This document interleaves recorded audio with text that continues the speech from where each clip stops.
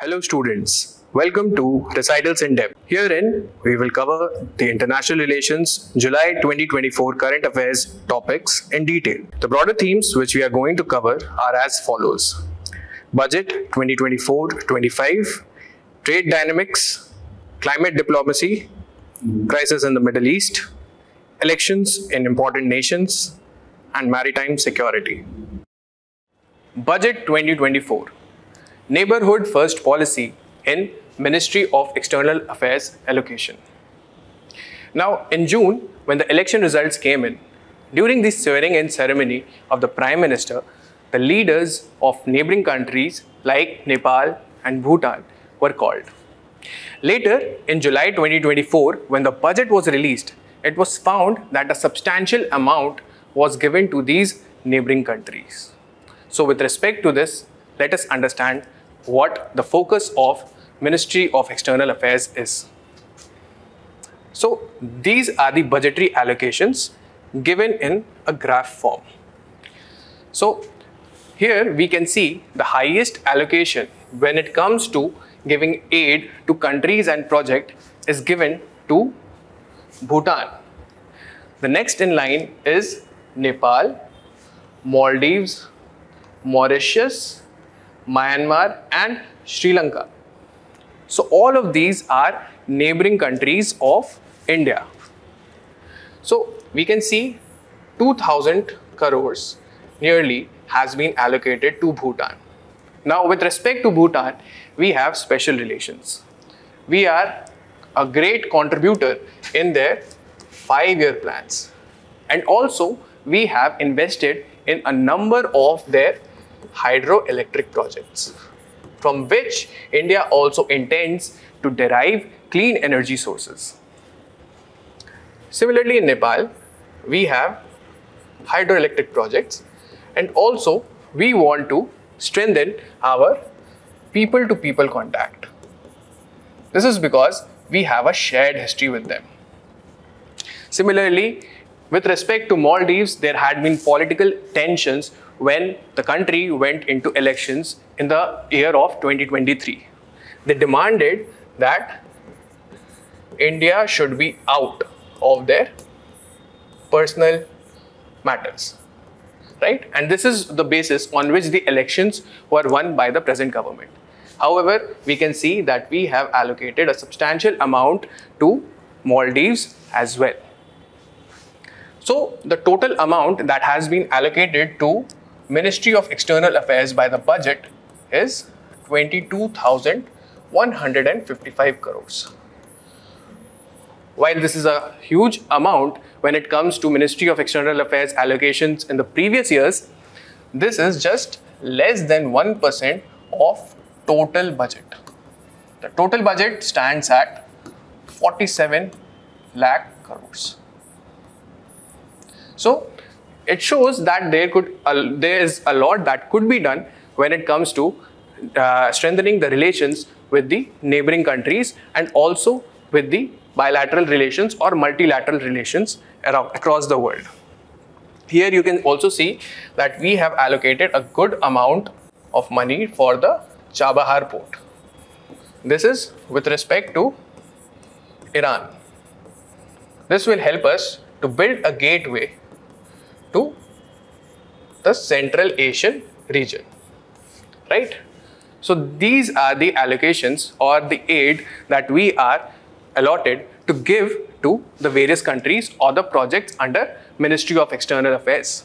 So this clearly points out that India is putting its neighbors first. That is, it is trying to strengthen its neighborhood first policy.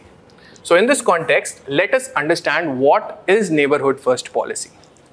So the neighboring countries of India, Afghanistan, Pakistan, Nepal, Bhutan, Bangladesh, Myanmar, Sri Lanka, Maldives. These are the neighboring nations of India. And with respect to these, we share some historical background. We share values. We share traditions and customs. Moreover, they are quite important when it comes to our influence within the South Asian region. So the Neighbourhood First policy was first launched in 2008. Right? Since then, there have been multiple initiatives that India has taken with regards to this policy. And it has also provided aid, whether it is in the form of aid, whether it is humanitarian assistance, whether it is building economic development, developmental funds. India has been quite helpful to all the countries within its neighborhood, right? So with respect to the budgetary allocations, let us understand what Neighbourhood First policy is. Neighbourhood First policy was launched in 2008. And since then, there have been multiple aid that has been given to various countries bordering India. This is based on maintaining close relations with neighboring countries, right? And it is also based upon building connectivity. Connectivity when it comes to infrastructure, that is physical connectivity or digital connectivity, or even people-to-people contact, right? So all of these connectivities are being built because India recognizes under its Neighbourhood First policy that India shares value and historical background with these countries. And it is only when the region grows that India will also grow. So this is what the Neighbourhood First policy is. You can look at the countries which are in the neighbour of India: Bhutan, Sri Lanka, Maldives, Nepal, Pakistan and Afghanistan. So let us understand what are the initiatives that have been taken in the neighbourhood with respect to strengthening the Neighbourhood First policy. So firstly, there has been SAARC initiatives. SAARC is South Asian Association for Regional Cooperation. So some initiatives have been taken with respect to SAARC as an organization. So we can see the examples such as SAARC satellite. So within this, we provide for communication and meteorological services to the neighboring nations. Again, with respect to development assistance, there has been a launch of SAARC Developmental Fund. That is, we want social welfare to be something that is the objective reached within the regional aspiration. Then we have economic cooperation and trade. Economic cooperation and trade can be observed when we have bilateral trade agreements with countries like Bangladesh, right? And there is also trade when it comes to the border hubs.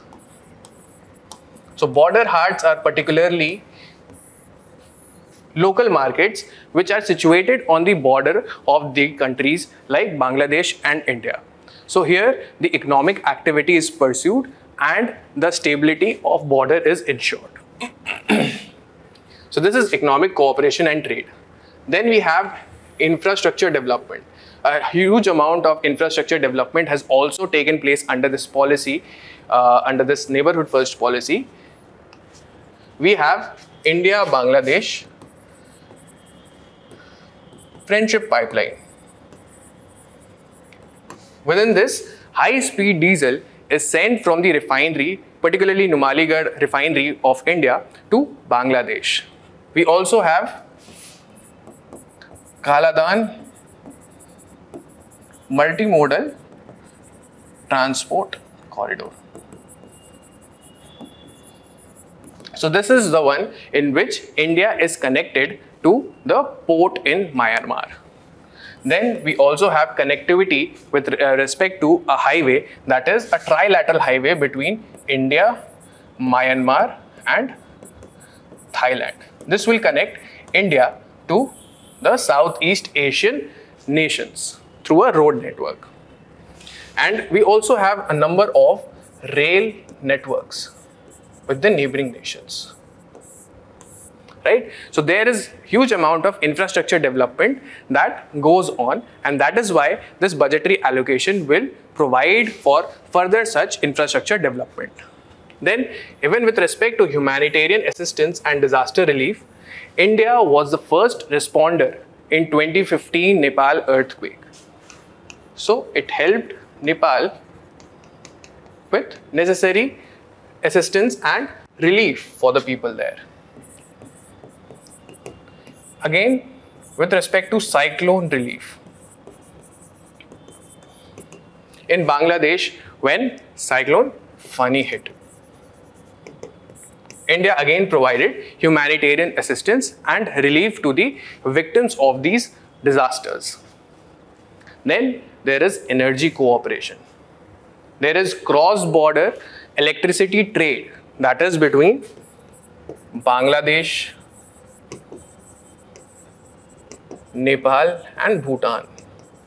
And even with respect to Bhutan, we have a number of hydroelectric projects.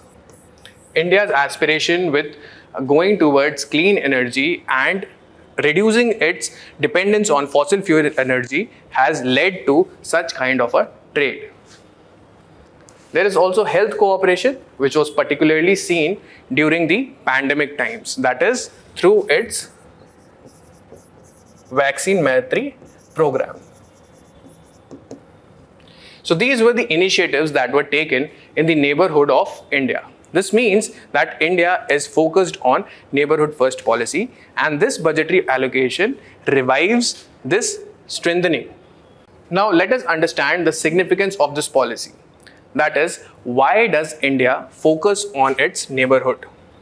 The first thing is Chinese influence. That is, India wants to counter the Chinese influence within the region. There are multiple countries that have tilted towards China. For example, Nepal. For example, Maldives. Both of these nations have apprehensions when it comes to establishing contact or establishing friendly relations with India. And so they frequently exercise their Chinese card.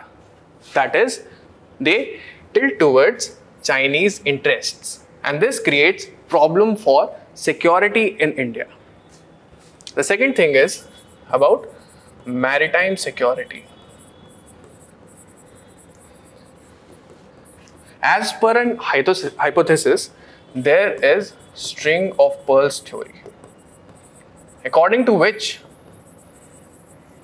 China is trying to encircle the maritime borders of India by establishing its ports in the neighboring nations. And to counter that, we have our Indian Ocean Region Association. And we are also trying to establish regional cooperation by establishing centers like Maritime Rescue Search Cooperation Center in Sri Lanka. Right? We also have Chabahar port in Iran. Right? So this is how we are trying to counter the Chinese influence within the region. Then the voice of Global South. India, with respect to its neighborhood first policy, also tries to become the voice of Global South, that is becoming the voice of the developing countries. So India is bound to provide such kind of a leadership, and as a leader it must provide for aid, it must provide for help for the other nations that are present in its region. Then we have territorial integrity. Since the borders are shared by the neighboring countries, it becomes important that we establish a friendly relation with these nations. This is because any kind of border threat can then be averted or can then be settled with a dialogue. That is why territorial integrity is also of paramount importance when it comes to investing in the neighborhood first policy. Then energy security. That is through hydroelectric projects. This is again clean energy that we want to transition to. And the countries which are situated in the Himalayas are having enough hydroelectric potential to sustain our energy security as well. Then we also want to establish the soft power diplomacy, that is people to people contact. India and Bhutan share religious history, that is in the form of Buddhism. Madhesis in Nepal are of special concern for the Indians. And it is also with pride that we call the relation between India and Nepal Roti Beti Ka Rishta. Right? So these are the significance of this policy, and why does India want to invest in neighborhood first policy? These are the reasons why it wants to do so. So what are the challenges to this policy? One is geopolitical tensions.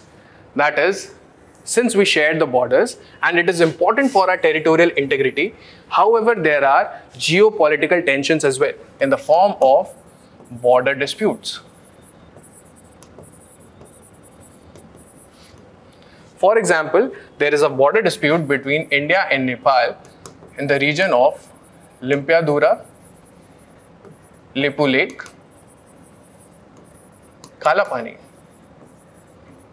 So these borders have to be established, right? And India and Nepal have not been able to come at a conclusion through a process of dialogue. Then there is also issue of political interference. That is, interfering in the internal politics of these neighboring nations. So this has caused bitterness amongst other neighboring nations also.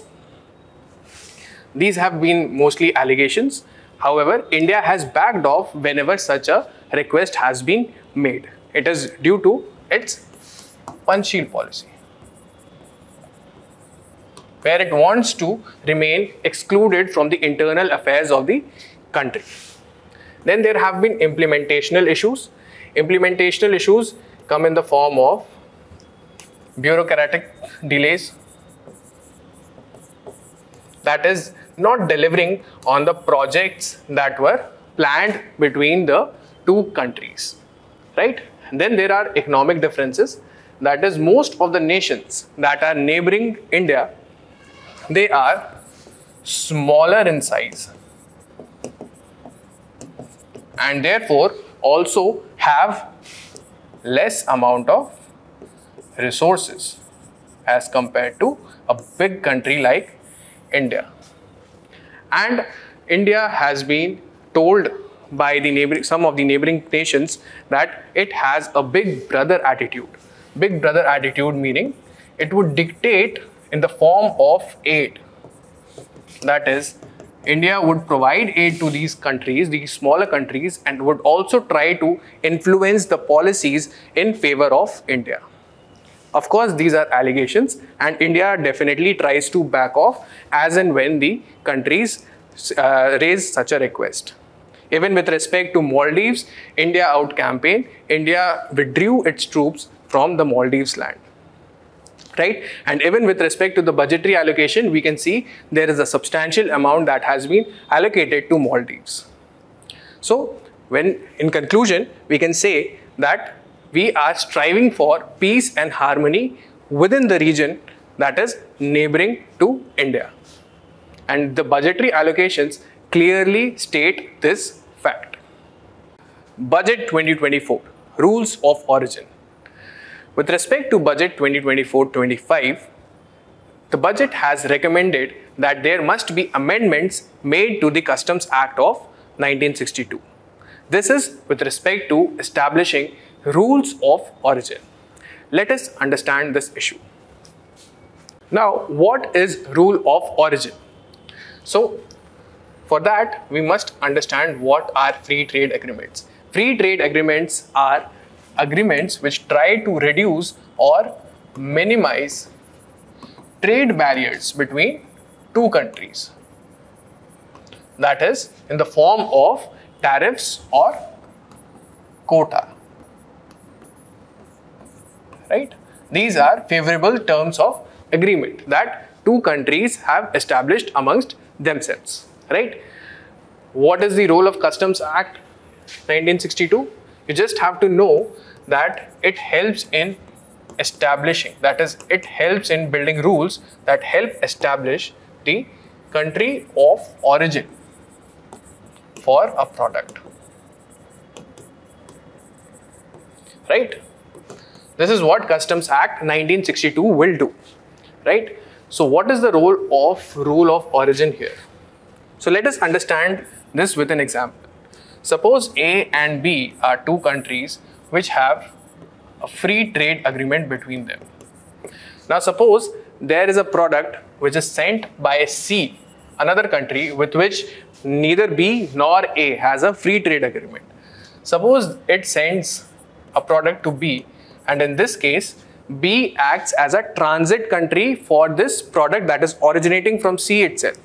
So this product would now be eligible for concessions under the free trade agreement, right?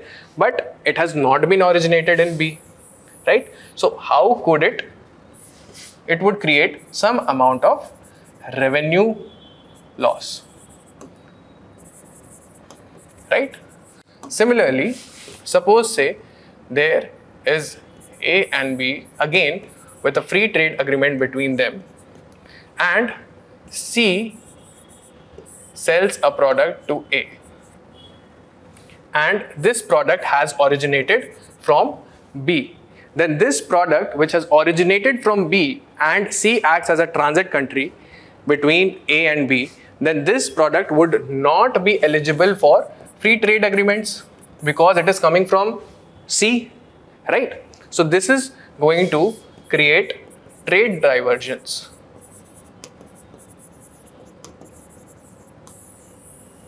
Right? This is a form of, you could also call it a form of trade deflection, right? So this would not be eligible for free trade agreement under the established FTA, right? So this is the reason to establish the origin of the product correctly. It will lead to the rightful attribution of free trade agreements only when the origin of the product is known, right?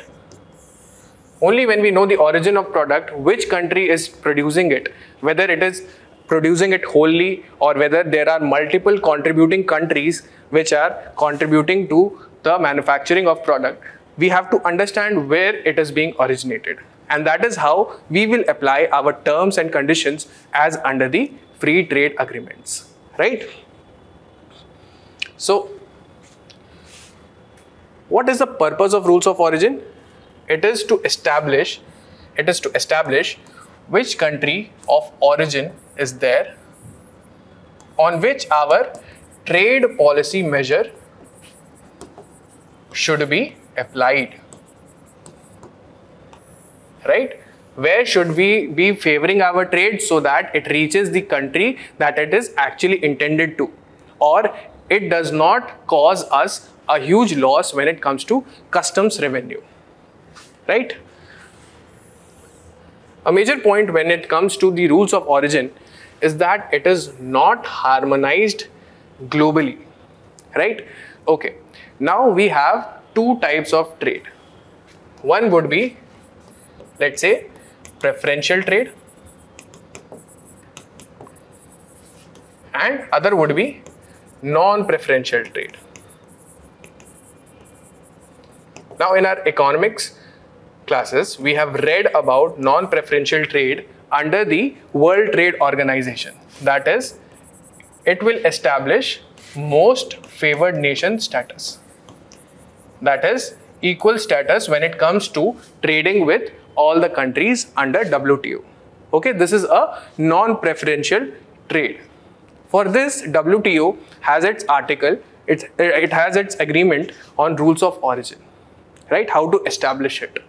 But with respect to preferential trade, with respect to preferential trade, that is in the form of FTAs. This is like contractual agreements between the countries.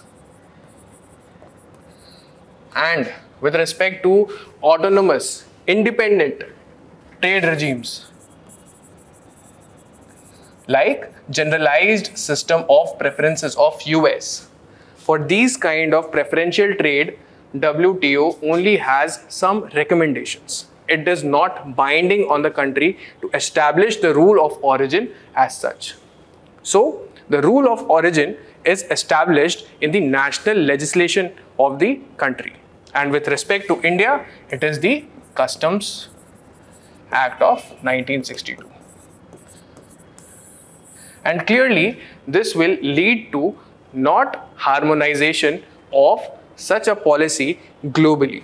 Everyone would try to establish some other form of rule of origin which will suit its needs, right? So, with respect to products, how to establish rule of origin with respect to products? So, number one is when it is wholly obtained, that is every part of it is wholly obtained from a country and it is being exported to another country. Then it is wholly obtained, then rule of origin will apply to that country itself. Then the other kind of product would be where the manufactured product has been contributed by various countries, right? It is the last country which transforms and provides essential characters to the product that will get the origin. That will be the country of origin for this product, right? So these are the two kind of product in which the rule of origin is established. Now, what are the amendments proposed in the budget? You just need to remember this section, Section 28DA of Customs Act. What it has done, it has replaced certificate of origin by proof of origin. This change has been made. Although it seems like a minor thing to change, but a lot of things are now changed when it comes to rule of origin. With respect to certificate of origin, it is the issuing authority of the country that will issue the certificate that okay, this product is coming from this country, right? So this establishment has to be done by a issuing authority, right? This issuing authority, that is the exporter, will go to this issuing authority and it will try to have this certificate of origin so as to gain concessions under the free trade agreement. But now, since this has been changed, it entails one, the certificate of origin. That was the earlier case, and it also includes self-declaration. That is, you can now self-certify that this product is from this origin of country, right? So the country of origin can be declared by the exporters themselves, right? So they have now two options. That is, they can establish this certificate of origin. When it comes to issuing authority, they can have this certificate issued to them, and also they can go for self-declaration. Of course, it won't be available to all the exporters. It is only available to some of the authorized exporters, those who have good track record with respect to the customs department. And secondly, they would also be subjected to periodic monitoring. So what are the possible outcomes of this amendment? So there are some positive outcomes that will be brought out as far as this amendment is concerned. One, there would be greater flexibility in determining the country of origin. As you had seen, when it comes to classification of product in the form of substantial transformation, there is difficulty in establishing the country of origin. Now it is more flexible, right? Secondly, It will save cost, time, and reduce administrative burden on Indian officials as well, right? It will also promote ease of doing business, right? So these are some things that would be a positive outcome when this amendment is taken place. Also, why this amendment was brought forward, it is because India is going forward with FTAs with multiple countries like Australia. And with respect to these FTAs, it is within their contractual agreement that there must be a clause of proof of origin. That is, self-declaration by authorized exporters should be allowed to establish the country of origin, right? However, there are challenges as well when it comes to this kind of an amendment, and these challenges would be, you have to establish the integrity of exporting nations when it comes to self-declaration, right? We also have to be cautious of trade diversion tactics. Suppose China wants to sell a product in India, that is, it wants to dump some products in India.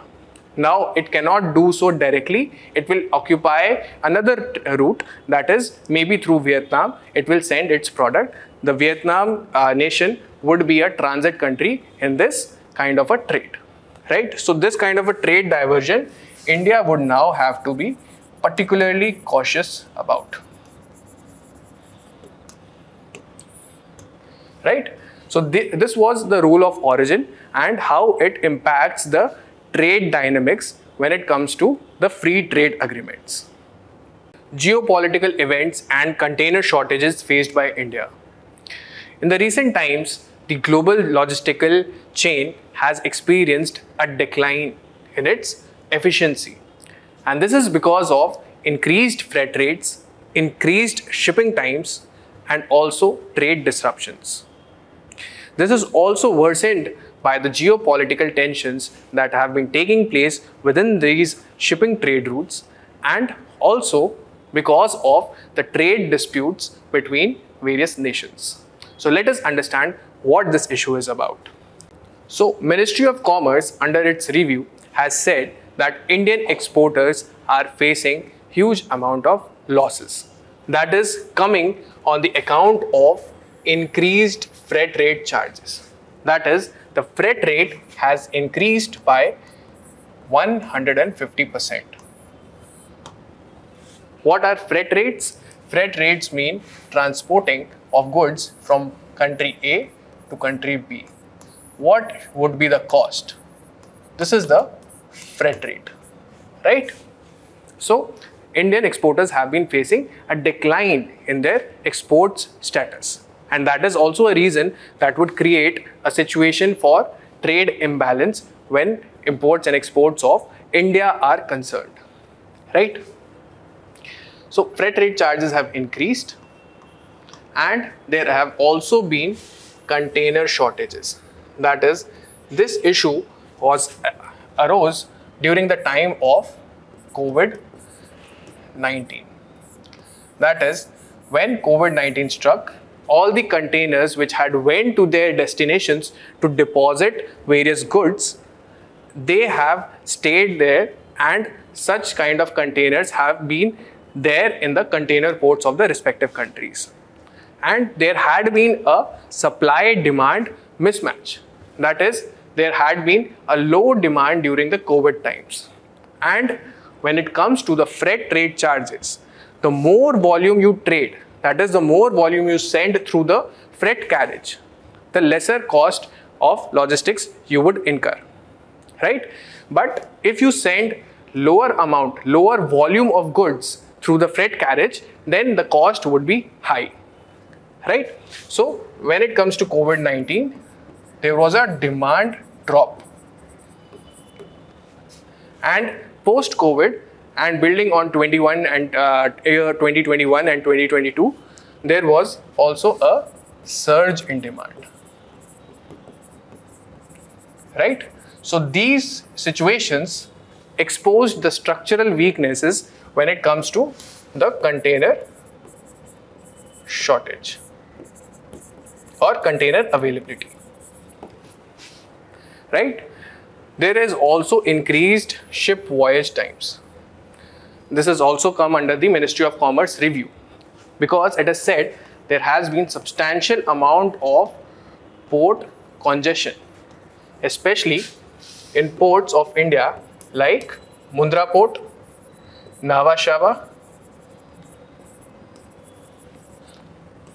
and Vizag Port.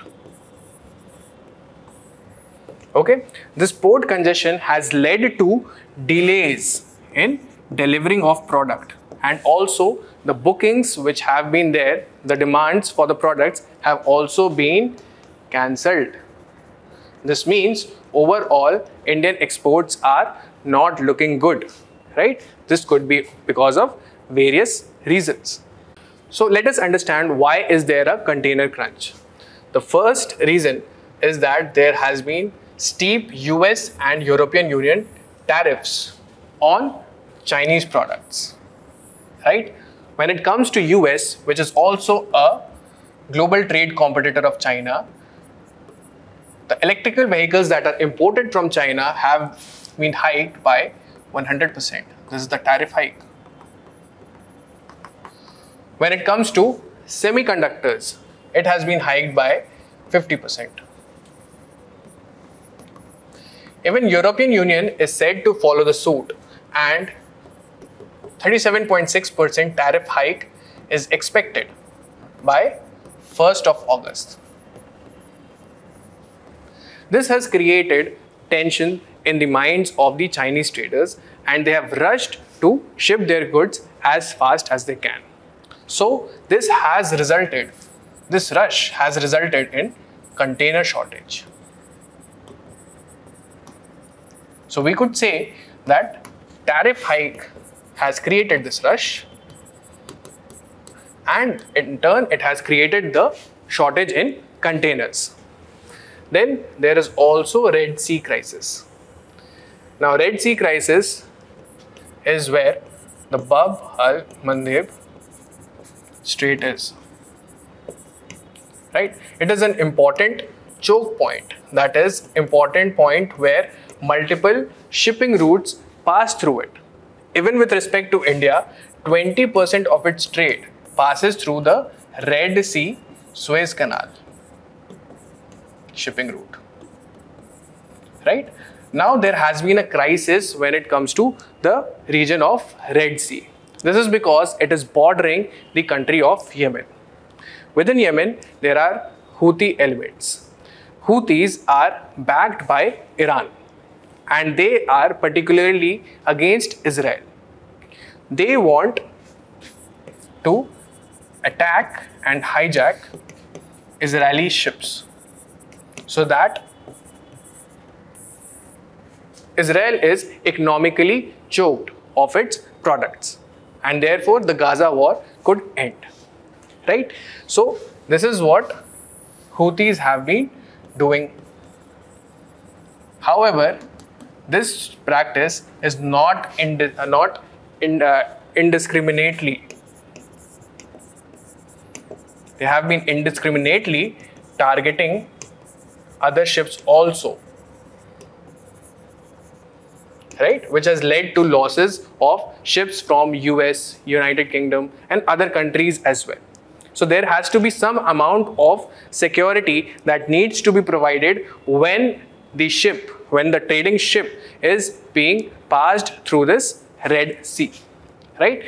So there is additional cost of security, or the other method to transport or trade your good through other shipping trade route would be via the Cape of Good Hope in South Africa. That is in the bottom part, southern part of Africa.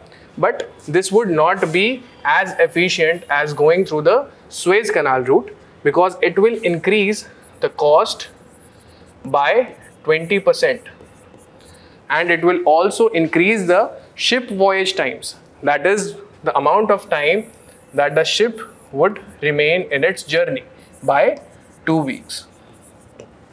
What will this lead to?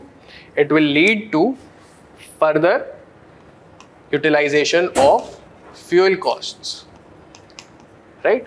There would be increased amount of fuel cost that is used to run these ships for a longer period of time.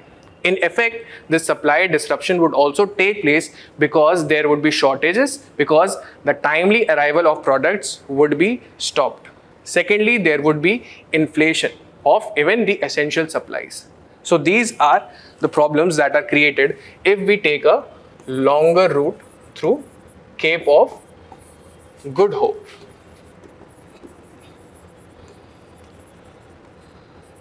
Right? Then there is a huge dependence on China for containers. This point is particularly important because 95% of the global containers, this is manufactured by China. That is, Chinese companies manufacture 95% of global containers. And this also poses a threat. That is, China will export 95% of container, and this will also pose a threat to the countries if it stops doing so. That is, it is within its will to do so, right? So there is a container crunch because of these reasons. Now, further observations with respect to this container shortage, there are export disruptions. This is particularly because of increased freight rate charges, which has increased by 3 to 4 times of the earlier rate, right? So it has increased. What will it increase? There would be supply disruption, right? There would be increase in inflation. Global inflation would be higher, and there would be shortages in supply in essential items, right? So this container shortage will in effect pose a big amount of threat to the global trade as well. Now we have also observed that there is a shift to break bulk shipping.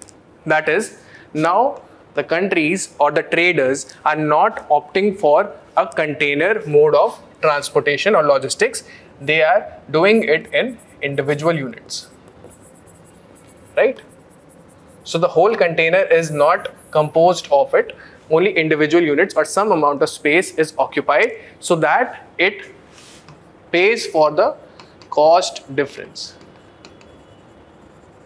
that has to be incurred during the logistical part of it, right? However, this is also not sustainable in the long term, right?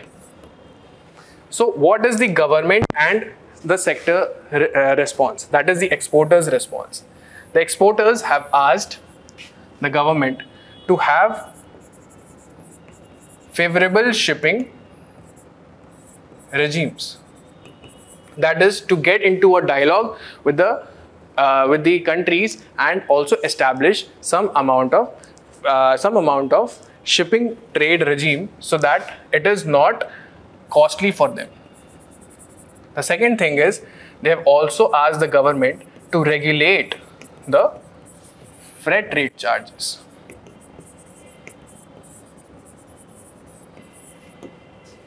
Right? So this is the sectoral response. The government, through its CONCOR, that is the state-owned manufacturer of wagons, okay, it deals with handling of the containers in India. So the government has provided that CONCOR should look into this matter of containers and also provide for the same, so that this kind of a container crunch is not faced and exports disruptions do not take place when it comes to Indian exporters, right? So here we can completely see that global logistics is quite vulnerable. It is vulnerable to the geopolitical tensions, whether it comes in the form of Red Sea crisis or the Ukraine war, right? All of these political tensions create problem for the trade routes. Secondly, there are container shortages, and this must mean that there must be other countries also that should manufacture containers in a huge amount, so that it does not become the onus only on one country to export it, right? So India would have to build upon its own trade resilience through these aspects. So this was about the container crunch and the export disruptions with respect to Indian exports. East Coast Rail Link. Now, Chinese Premier Li Qiang has proposed and also expressed his willingness to explore the regional connectivity in the Southeast Asian nations. He has expressed his willingness particularly when it comes to Malaysia, Laos and Thailand. Now, it is with respect to Malaysia that this East Coast Rail Link is being proposed. Now, this East Coast Rail Link will extend from the northeastern part of Malaysia, that is from Kota Bharu. It will extend all the way, lining the coast down to Port Klang in the western coast, right? So you can establish that there is a continuous shipping trade line that can take place due to this railway link across the coast. Moreover, Port Klang is near Malacca Strait. Okay, so it carries nearly 30% of global trade supply, right? So this is the reason that China is trying to establish this East Coast Rail Link project, right? And it is also intended to be a part of its One Belt, One Road, or the Belt and Road Initiative, right? Now, this East Coast Rail Link is expected to be a part of what is said to be the proposed Pan-Asian Rail Network. With respect to Southeast Asian nation, China wants to establish railway networks. It wants to build various railway lines with respect to Malaysia, Thailand, Singapore, Laos, Vietnam. That is, it wants to connect all Southeast Asian nations under this railway network. This is mostly with the motive of connecting it for the enhancement of trade relations between these nations and China. It would originate from Kunming, that is in China. It will connect and it will have various lines. That is, this would be the central line, this would be the eastern line, this would be the western line, and there would also be an additional line that you could say. So these are the line networks of railways that China wants to establish with Southeast Asian nations, right? So this East Coast Rail Link is also expected to be a part of this Pan-Asian Rail Link. Now, what are the implications for China when it comes to East Coast Rail Link? Firstly, it will be a part of Belt and Road Initiative, right? So it will give opportunity of creating regional connectivity, right? And also increase its regional geopolitical influence within this region, right? This would also have implication when it comes to economic and strategic goals of China. As you have seen that logistically this would be efficient. It is also with respect to a strategic perspective that it is being established. What is the strategic perspective? That China has been aggressive with Southeast Asian nations. when it comes to South China Sea. And with respect to this South China Sea, China wants to establish some amount of regional goodwill by creating infrastructure projects in these regions and also by providing for logistics network. Right? So these are the positive implications, that is in favor of China. What are the concerns? The concerns are first of economic viability of the project. It is said that it is a $10 billion project, that is for ECRL, and its benefits, that is economic benefits, are overstated. Why is it overstated? Because first, there is huge amount of cost involved. Secondly, there has to be uniformity in the width of the track gauges, right? So this will also take a huge amount of time. Uniformity in track widths, right? Then it will also face competition from the maritime shipping routes, which are established and also provide for economies of scale, right? As compared to that, this overland route will take a huge amount of time and would be something not in the near future, and it will create competition, and it will be maritime shipping routes which would win in case of trade routes preferred, right? Then we have debt trap diplomacy. Now, when it comes to China investing in smaller nations, there is often a debt created. Now, debt is created because China gives out high interest loans to these smaller nations, which if they are unable to repay, they stand to give away their potential strategic assets. In lieu of that repayment of debt, right? So this is also known as the debt trap diplomacy, and it is observed in a number of projects which are lined under the Belt and Road Initiative. So this is one more concern as far as this project is concerned, right? Then what are the concerns against Belt and Road Initiative for India? India has remained outside the scope of Belt and Road Initiative. It has voiced its concerns about this initiative by China. That is, it wants out of this trade connectivity route. Why? The number one reason is security concerns. That is China-Pakistan Economic Corridor.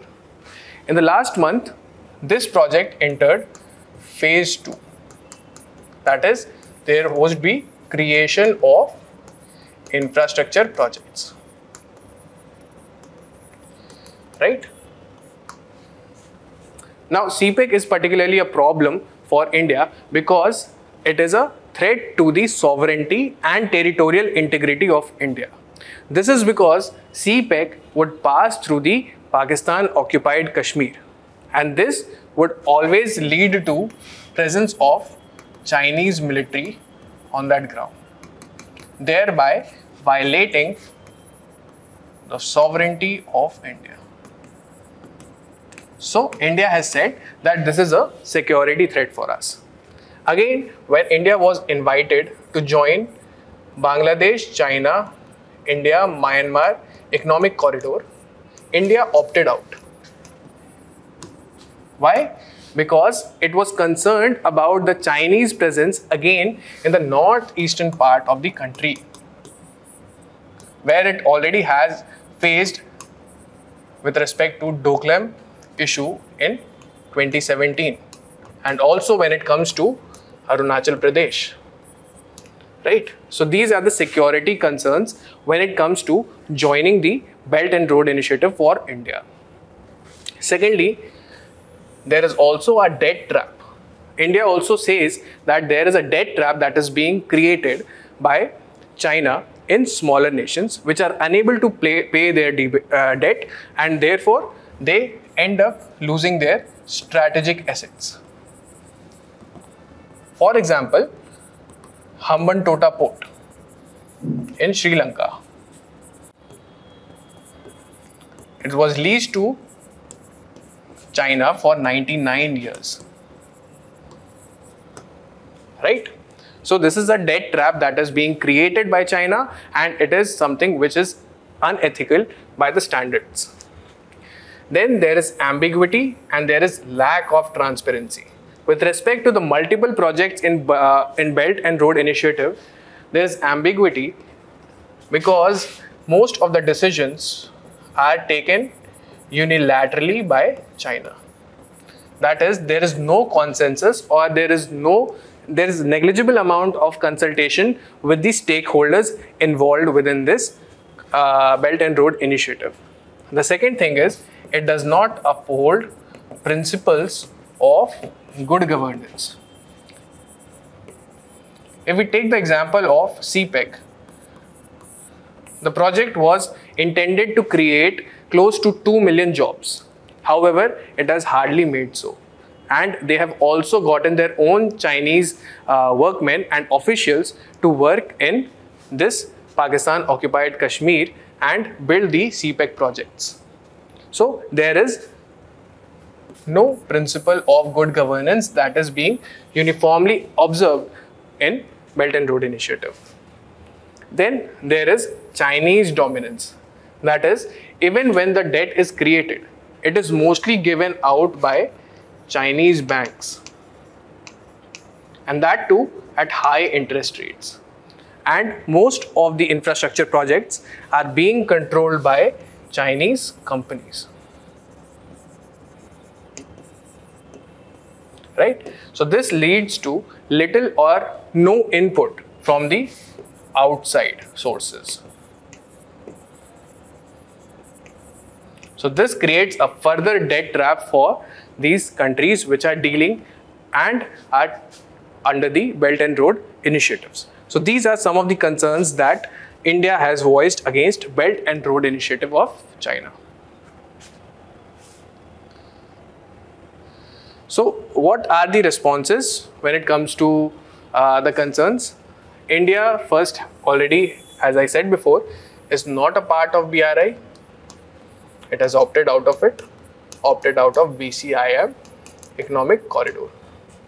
Then India has been a constant critic at the international forums like United Nations, G20 nations. It has opposed these kind of measures taken by Belt and Road Initiative of China. Then alternative initiatives that has been taken by India, for example, exploring INSTC corridor, International North-South Transport Corridor, and AAGC, Asia-Africa Growth Corridor. So these are the economic corridors that have been taken as an initiative by India as an alternative to the Belt and Road Initiative. Then there has been infrastructure development. For example, there has been with respect to CPEC, there is Gwadar port. That is the CPEC economic corridor would open to the Karachi ports and the Gwadar ports. And India has established its Chabahar port in Iran. Right? So this will provide it access to Central Asian region and Afghanistan. Right? This in turn will also help in protecting its interest in Indo-Pacific region.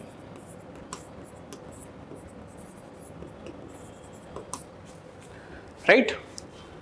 Then regional security. Regional security through participating in various types of naval exercises, drill exercises, and improving its naval capabilities through exercises.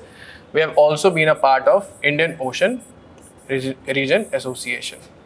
which promotes rules-based order in the Indian Ocean region. Right? So these are the responses that have been made by India when it comes to Belt and Road Initiative.